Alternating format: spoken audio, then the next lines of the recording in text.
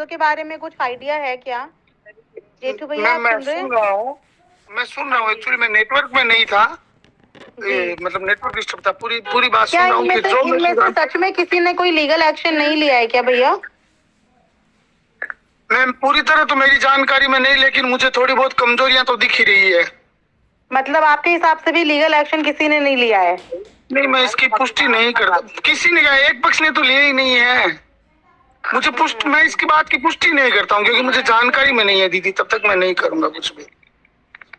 दीदी मुझे तो अलका दीदी की लाइफ से पता चला है मुझे, इसलिए मैंने आपको बोला है। हाँ, कुछ ऑडियंस के सवाल ही हैं कि अचानक से आप लोग इस मैटर में बोले, जबकि आप लोगों ने खुद भी इस मैटर में अपने 4 एपिसोड लेके आए थे पहले। फिर अचानक से इस मैटर में जो आप लोग आए, ऐसा फील हो रहा था ऑडियंस के पॉइंट ऑफ व्यू से भी, और मेरे दिमाग में भी यही था कि ऐसा फील हो रहा था कि जैसे कि आप लोग लेके आना चाहते हो, बट क्या वो आना चाहती है? देखो मैम, ये तो आप सारे सबका समर्थन मिलता। देखिए मैंने भी है ना, पहले 4 जो एपिसोड की आप बात कर रहे हो, पहले वो क्लियर कर दूं। उन 4 एपिसोड में आज भी लोग कह रहे हैं, कुछ लोगों के मुंह से मैंने सुना है, क्या ऐसी कमरे की गंदगी थी, क्या ये थी, क्या वो थी। तो मैं तो कमरा गंदा चल के तो कैसे करूं आप बताओ? मैं तो जब बोलूंगा जो सच है वही बोलूंगा ना। और फिर उसके बाद उन चारों में एपिसोड में आप उठा के देखिए तो हमने सिर्फ तीनों के जो नेचर वाइज है वो चीजें क्लियर की है ना। आप चारों एपिसोड शायद किसी ने या तो ध्यान से नहीं देखे हैं या भूल गए हैं वापिस। सिर्फ तीनों के नेचर वाइज और जो चीजें हमने नजदीक से देखी है सिर्फ वो क्लियर की है। और अब रही अभी की बात कि भाई हमारा ऐसे घूमना टर्न होना ये वो, ना तो मैम टर्न हुए ना बात। मैम हमने आप ही के चैनल पे एक 55 साल की लेडी को देखा था, एक आरजे सुरभि जी के चैनल पे एक लेडी को सुना था, भगवती मैम को। आपके चैनल पे जो थी जिनकी सचिन से बहस हुई थी, उनका तो मैं नाम भी नहीं जानता, लेकिन मैंने उनको पहले भी एक चैनल पे सुना था। मुझे वो ऐसा लगा था कि वो उन्होंने ये कहा था कि मैं ऐसी चीजें देख के मैं खाना तक नहीं खाती, मैं घर में रुक नहीं पाती।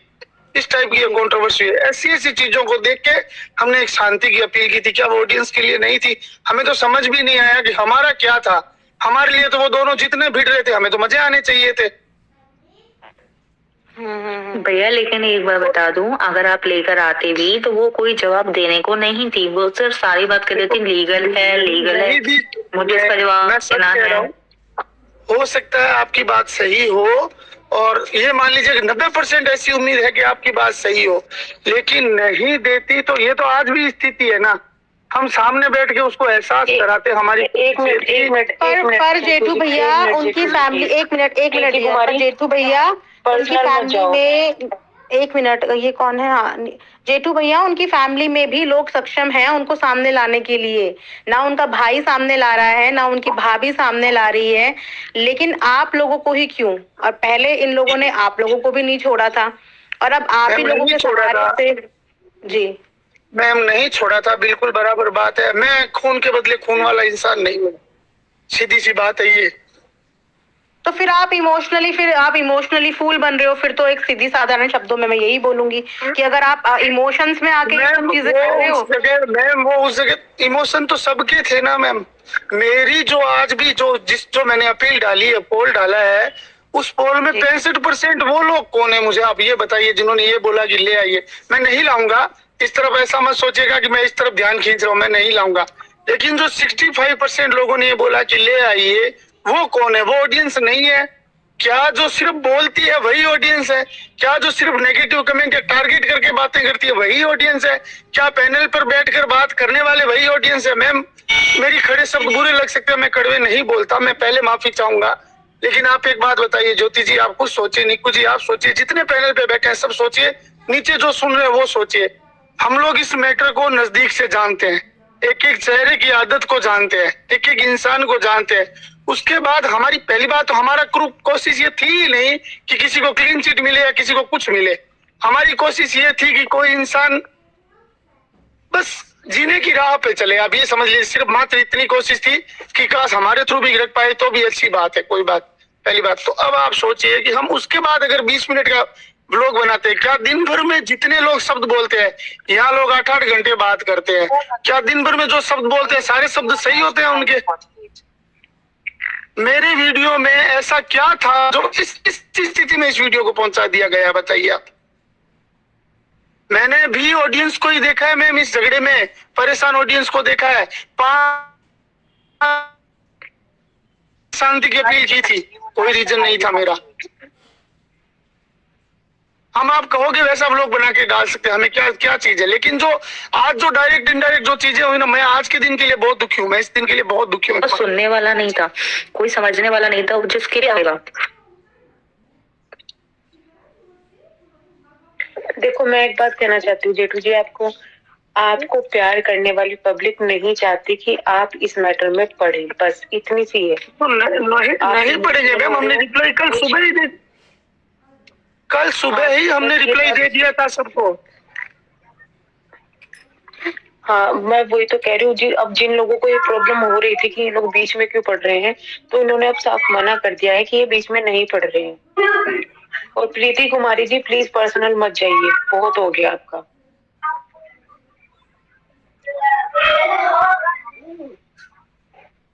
और जेठू जी आपसे कुछ लोग यहाँ पे सवाल पूछ रहे हैं, एक छोटा सा सवाल करना चाहेंगे। एक छोटा सा सवाल हम करना चाहेंगे, बस 2 मिनट अपनी बात हम खत्म करना चाहेंगे। स्टार्टिंग में जब आप 4 वीडियो लेके आए, उसके बाद आप शांत हो गए ना। फिर ये पिछले 2 दिन से ये रोना धोना, पब्लिक को ये करना, माफ कर दीजिए, जो भी चीजें थी आपने किया, ठीक है। फिर भी आपकी तरफ लोग अटैक हुए। इन 3 महीनों में जितना ड्रामा हुआ था, जितना आपको वाईटी तक छोड़नी पड़ गई, सट्टा दीदी को वाईटी तक छोड़नी पड़ गई थी, इतना इस हद तक ड्रामा हो चुका था। बहुत मेहनत से, बहुत मुश्किलों के बाद आपने अपनी इमेज क्लियर की दोनों ने। जब आपकी इमेज क्लियर हो गई, आप साफ सुथरा हट गए थे, तो क्यों बीच में आप आए? ये नया नाटक फिर क्यों शुरू किया आपने अपनी बनी बनाई इज्जत की ऐसी की तैसी क्यों करवाई, मुझे बता दीजिए। मैं सुबह से देख रही हूँ आपको लोग भर भर के गालियां दे रहे हैं, ठीक है, दे रहे हैं ना, तो उसका रीजन आप क्यों बने? आप तो एकदम किनारे हो गए थे, आप तो शांत हो गए थे, आपकी तो चीजें खत्म हो चुकी थी, फिर आपको क्यों घुसना था इन सारी चीजों में? और फिर जिसका पक्ष लेके आप आए हो, क्या उसके पास प्लेटफॉर्म नहीं है? उसके चेहरे पे कहीं कोई गिल्टी दिखी भैया? और मैंने उसके इतने वीडियो देखे, एक सेकेंड मेरी बात खत्म कर लेने दीजिए प्लीज। इतने टाइम में मैंने उस लेडी के चेहरे पे कभी कोई गिल्टी नहीं देखी, कभी कोई शिकन नहीं देखी, कभी ये फील ही नहीं हुआ उस लेडी के चेहरे से कि वो अपनी गलतियों को लेकर के गिल्ट में है। जो इंसान गिल्ट में ही नहीं है, उससे आप क्या माफी मंगवा लेंगे, हमें बता दीजिए। और 3 महीने पहले जब उसी ने आपकी ऐसी की तैसी की, तब तो वो आपके सपोर्ट में नहीं आई थी। तो आज आप क्यों? आप तो किनारे थे, आप किनारे रहते। आपने तो अपनी जनता को अपनी तरफ अटैक्ट कर लिया था। आपकी जनता आपको प्यार करने लगी तो सब कुछ भूल गई थी। आपने ये सब क्यों किया, हमको बता दीजिए, बस इसी का जवाब दे दीजिए। उसके बाद मेरा कोई सवाल जवाब नहीं है आपसे। सॉरी मैम, गलती हो गई थी, समय खराब था हमारा, क्योंकि हम इमोशनल हो गए सब चीजें सुन के। भैया अब अगर आपकी गलती हो गई, 1 मिनट, अब आपकी गलती हो गई है तो आप अपनी गलती अपने प्लेटफॉर्म से जाइए, अपनी गलती सुधारिए और इस गंदगी से दूर रहिए। एक कहावत आपने सुनी होगी कि काजल की कोठरी में जब आप घुसोगे तो दाग लगेगा। आप कितने भी अच्छे हो, कितने भी अच्छे हो, पर दाग लगेगा। उस दाग से खुद को बचा के अपने प्लेटफॉर्म से जाइए, माफी मांगिए, बात खत्म करिए। उनका मैटर है, वो अपना चाहे जैसे उसको रखें ना रखें, ये उनकी मर्जी है। उन्होंने 1.5 महीने में नहीं रखा तो वो आज भी नहीं रखेंगे, किसी के कहने से नहीं रखेंगी, ठीक है। तो आप बिल्कुल इस चीजों से दूर कर लीजिए खुद को, इसी में आपकी भी भलाई है। और बाकी आप खुद समझदार हैं, आप खुद इतने मैच्योर हैं कि आपको सही गलत अपना पता है।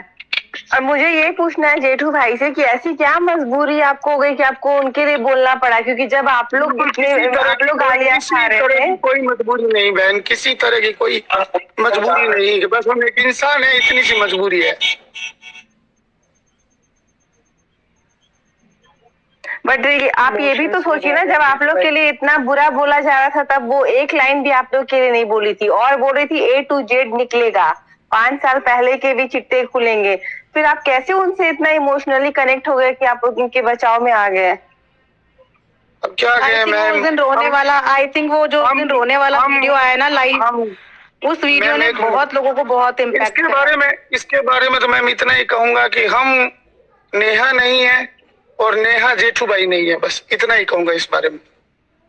ठीक है सर, लेकिन अभी आपको ना अलग हो जाना चाहिए इन सब चीजों से, आपको ये बीच में नहीं आना चाहिए अब। बिल्कुल बिल्कुल मैम, बिल्कुल।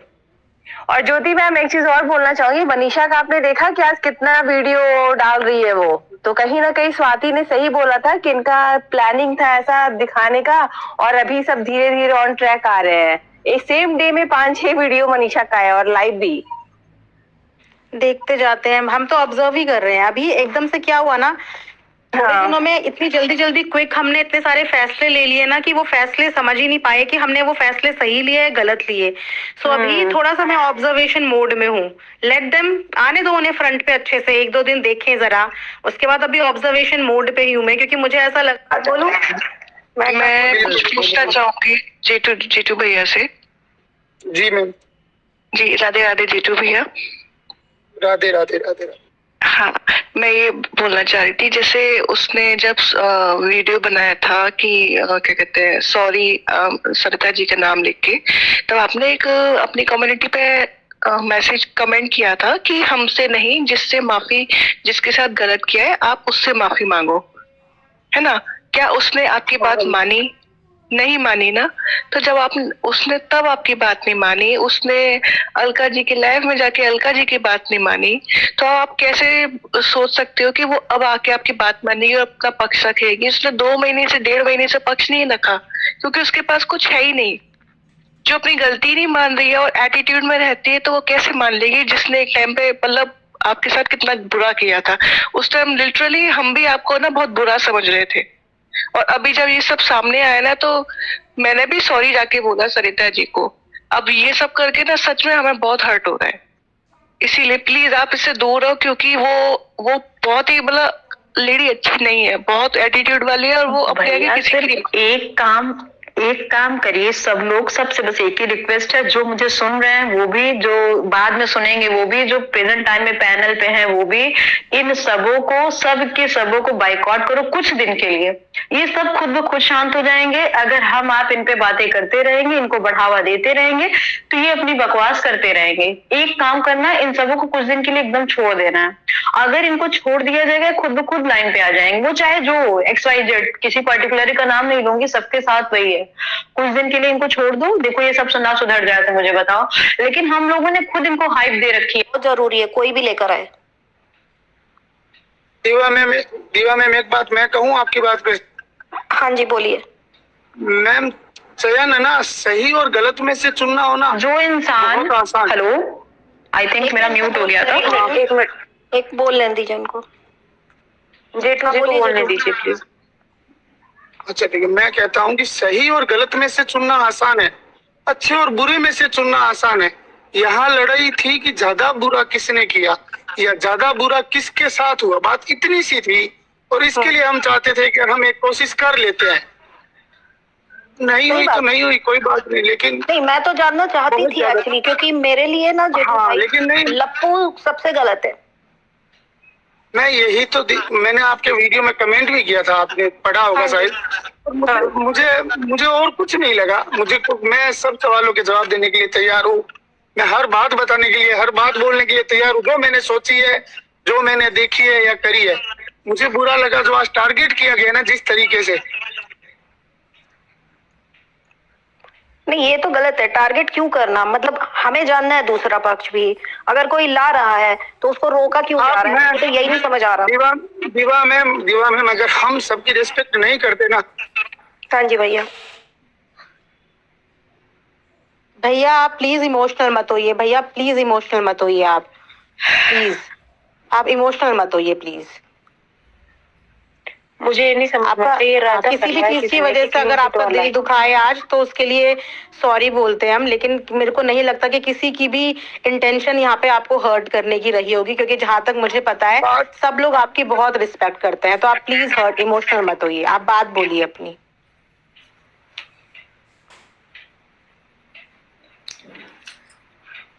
जेठू भाई आप अपनी बात रखिए, जो आप कहना चाहते हैं आप प्यार से कहिए।